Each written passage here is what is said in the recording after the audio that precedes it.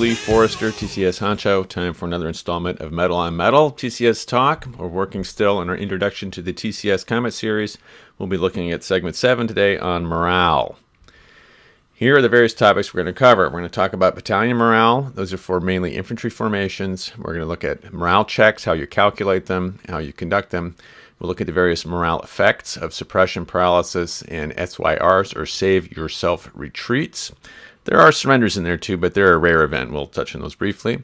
We'll talk about how units recover from battalion morale, and we'll also talk about vehicle morale, which is a sort of a special case of how vehicle units can retreat out of combat due to things being a little too hot. So let's look at some basics. First of all, infantry and weapons units have a morale value. Now you remember that there are 4 types of TCS units. There's infantry, weapons, vehicles, and carriers. Vehicles have their own thing, but they don't actually have a morale number on the counters. If we look at these counters here in white, or this counter, this is the morale value, and you'll find that for infantry and most weapons units, such as machine guns and mortars. You'll find that there are also B targets that are weapons units such as this, which have a black number and 0. Now this means that they're a B target, that's a both, and they can be B, usually they're B0 with these. Any unit that has a B target value like that has an assumed morale of 3. It's not printed on the counter, but those have 3. If it's an on-map artillery, it's assumed to be 6. When you calculate the morale of a hex, you use the morale of the worst unit in the hex. So if you have a stack, perhaps you have a stack of a machine gun and a mortar and an AT gun and an infantry platoon. I'm not sure why you do that. That's a little too much. But the mortar might have a value of 3. The AT gun has an assumed value of 3. And if the infantry platoon is a base morale of 5 and has 4 hits on it, it's going to have a value of 9, and that's going to be the worst one, and that's what you use. So units can have a variety of morale states. Each unit has its own morale state. Units in the TCS, the infantry units certainly, are usually organized into battalions, and you keep track of a separate thing called battalion morale, which is the cumulative damage that a battalion has taken. And when you conduct morale checks, as I'll point out in a few minutes, you add the battalion morale to the counter morale. Now that's bad. You want a low morale. You don't want a high one. Battalion morale is not rolled for anything like in very old versions of the TCS. Instead, every platoon that's eliminated, simply put it in the battalion morale box, and that adds a battalion morale of 1 to the whole formation. Weapons units, you also count those in groups of 3. So if we had a platoon and 3 machine gun units here, this unit would have a battalion morale of 2. Every full hour, as long as the formation that the units are on, that the battalions are on, is not on an attack op sheet, you can roll to reduce battalion morale. So this will wear off with time. You roll a single die 6, or 6, just a regular 6-sided die. And if you roll the battalion morale or less, then you reduce it by 1. So in this case, if we had a battalion morale of 2, and I rolled a 1 or a 2, I could reduce it to 1. I would simply take either the platoon or the weapons units out of the box and set them aside somewhere. So you can just look at the stacks in here to know what the battalion morale is. If there are units that are susceptible to morale, those being weapon units or in the odd case platoons that are not actually assigned to a battalion, that is, they're independent, then when they check for morale, they'll use the battalion morale of the closest battalion to them. And if they're lost, you will add these units to the closest battalion. So these units are not freebies. They still affect morale, but it's just whichever battalion is closest. Here's a look at the morale chart. This is in the tables, kind of a long one. To calculate the total morale for morale check, you start with unit morale, then you apply any step losses that the units had. And what I was talking about before, if a platoon has 4 step losses, that's going to be a very hefty battalion or problem with the morale. And players will often find that it's best to pull these units out of the way because they don't really help anything. They tend to disintegrate from morale checks. Add any morale, any battalion morale to it, and then the mods, which we'll look at in a second. And you'll find that number across the table here. So suppose we had a unit with a morale of 3. It's got 2 step losses and 1 battalion morale. That'll be at the 6. And if there are no other modifiers, we'll check in the 6 column. Roll the D11 to 66 system for the TCS and check the result. No effect, suppress, save yourself retreat, paralyze, and surrender. And you'll see that surrender is a very infrequent result. In fact, I can't even think of one in the last years that I've ever seen. This will only happen against the weakest of formations that are totally surrounded and getting pounded on. In that case, they might die by fire anyway. So it's a possibility, but it doesn't happen too much. Let's look at the modifiers. If the unit checking or the stack checking is in an artillery attack zone, that is, if it's being pounded on by artillery right now, or if it's a continuous fire mission, +1. If they're paralyzed at night, everyone's a little jittery. Dug in -2. This is pretty good, especially since you tend to dig in partly protective terrain. This could take your 3 morale stack and give it effectively a 0 morale or a 1. And these are extremely hard to kick out, which is just like in real life. It's really hard to remove dug-in troops. An important offensive tool is the crossfire, which we talked about before. Not only does it add hefty bonuses to fire, it also adds a +2 to the morale check. So this is a great way to try to dislodge dug-in units, is to get a crossfire around them. Also, units that are unassigned and are not currently on an implemented op sheet have slightly worse morale as well. And another trick for those who play TCS a lot is combined arms stacks. It's stacking infantry with a target with a protective defense of 2 or greater, that is a real tank, adds to the morale. And it also benefits them on the fire table. So that's usually, and protects the tanks from AT rolls. So it's usually a very good thing to do, is to combine infantry and tanks together. Now, here are some of the results for morale checks. Suppression is a very common one. If a unit or stack, just the units that are suppressed, they can change mode. They cannot change mode. So they're going to be in fire mode. Whenever a unit is in suppressed, it immediately moves to fire mode and stays there. Suppressed units cannot fire Overwatch. They cannot retreat voluntarily. Although if they are attacked on the fire table and they get a SYR result, they will retreat normally. They also cannot observe for fires. That is, they cannot call for fire for mortar units or for artillery. They can fire SFAs, but they'll be reduced. They have a negative modifier. They can fire an assault, and they can also conduct AT rolls, though they won't do a very good job of it. Now, because they cannot fire Overwatch, a very standard tactic in the TCS is to try to suppress the guys you want to assault so that you can move your assaulting forces adjacent to them without suffering a lot of Overwatch, or any Overwatch, at least from the suppressed targets. So that's your most common result, is suppression. The next one is quite a bit worse. It's paralysis. Effectively, the unit can do nothing. It goes to fire mode as if it was suppressed, but they can't fire Overwatch, they can't fire PFAs, they can't do anything. All they can do is fire back when they're being assaulted, and that's it. And they have a negative morale modifier.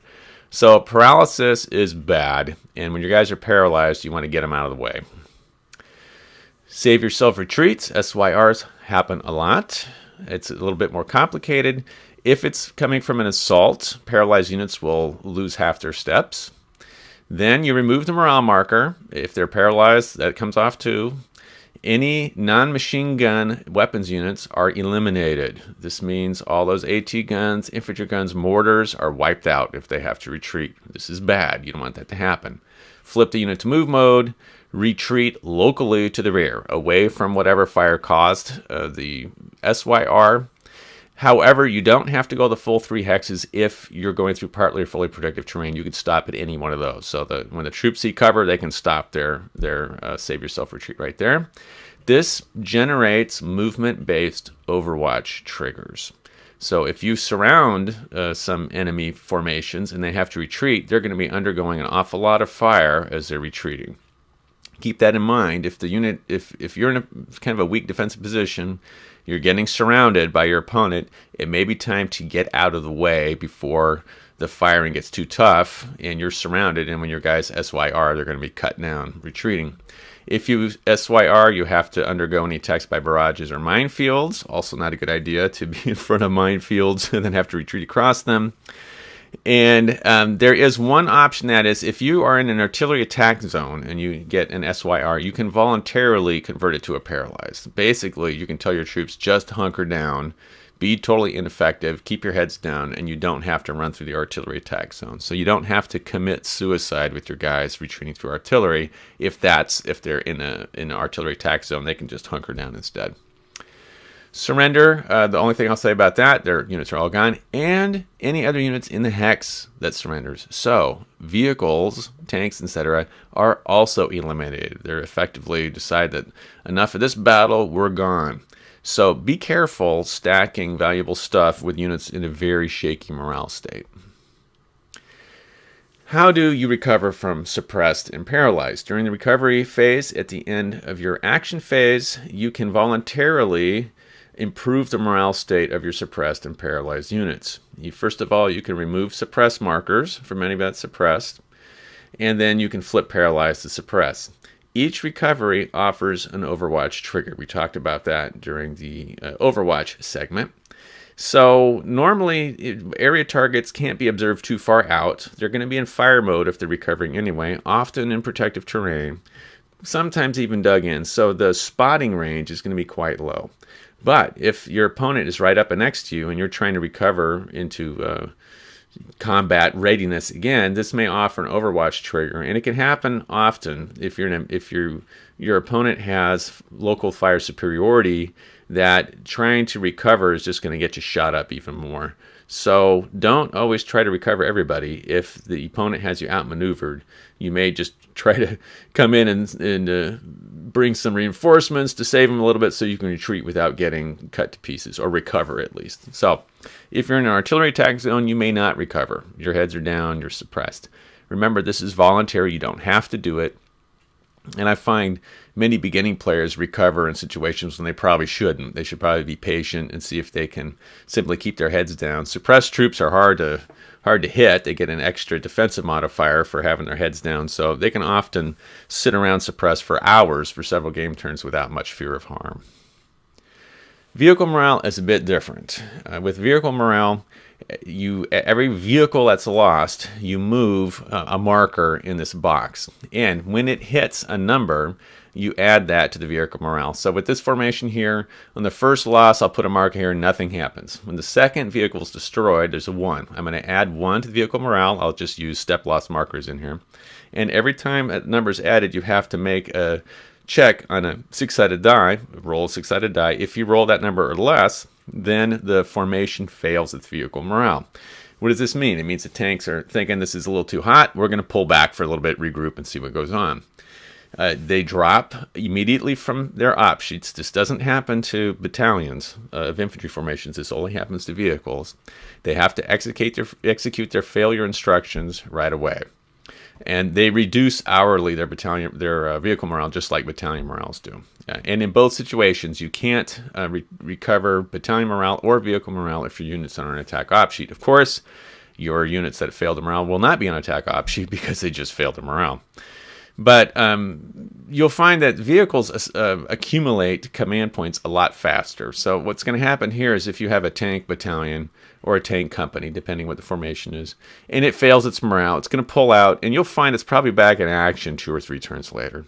So this is not the same hassle as when you have to fail an entire infantry battalion from its op sheet, which can take several hours to get it back into action.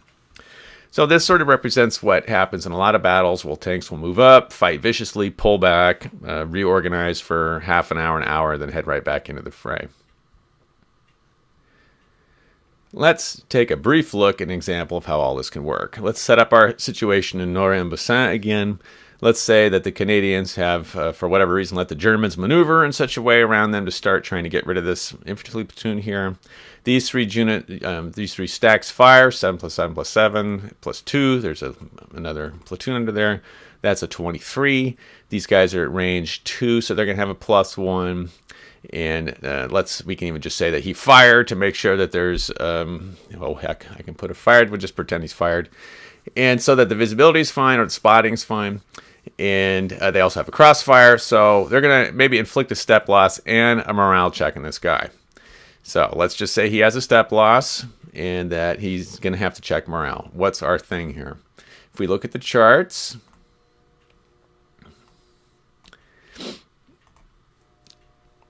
and I know if I can't really increase the size of this any. He's going to start with a morale value of 1 for a step loss, and then on the chart here it's going to be a +2 for a crossfire. So he's going to start at the 4, then subtract 1 for being partly protective or protective, and if he's dug in, another 1. So his morale check's going to be on a 1. Usually nothing's going to happen. He might possibly be suppressed. If he is suppressed here, then The German player might next turn decide to flip into move mode, move adjacent, and flip back to get even closer. I don't know that I'd recommend an assault in this situation, but it's still these guys, unless they're really, really damaged. Now, if the result was a SYR instead, he's got a few options. He flips, and then he can retreat. Usually it's 3. If he retreats from here, he's going to be subject to Overwatch, because this unit can spot him both here and there, and he'll be moving in that stuff, so he'll offer this one an Overwatch trigger. If it were my bet, I would go to here, because the fire is blocked in this situation. I think this tree is just going to nip the fire from that, so he won't be able to observe him. Normally it's 3, but because this is partly protective or protective, you can stop your retreat at the first one. And in this situation, if I'm giving up this flank, there's a good chance this guy could move and get in behind him, so I'd probably retreat to there and call that good. It's only 2 hexes, but he's able to stop there. Now, once you've finished your SYR, it's something I think I failed to mention before, you mark the unit, you mark them suppressed. And let's see if I can get up my pieces here. Because you're suppressed after a SYR, you'll want to check the turn order. If you've moved first, well, it sort of depends if you're going to have another chance to recover before he's going to be able to close with you more. So it could be a situation where you want to stay pretty close, knowing that you're going to be able to recover before your opponent moves much, or you may have to retreat a long ways because you're not going to have really another chance to. Your opponent might move again if he is moving second in the action phase, and then he rolls initiative and gets to roll first again. So, what did we cover here in morale? We talked about battalion morale, how infantry formations accumulate that. We talked about how you can remove it on hourly turns, making the die roll. We talked about the basics of morale checks, where you add the base morale plus any step losses plus battalion morale plus any modifiers for the current situation. We talked about suppression, paralysis, save yourself retreats, and the occasional surrender. Again, we mentioned how to recover from those, and we talked about vehicle morale, how that's tracked a little differently. There aren't morale values on vehicle counters, but instead you just track the losses and see if the formation will fail off its op sheet and have to conduct its failure instructions. So that's it for here. The next topic up is artillery.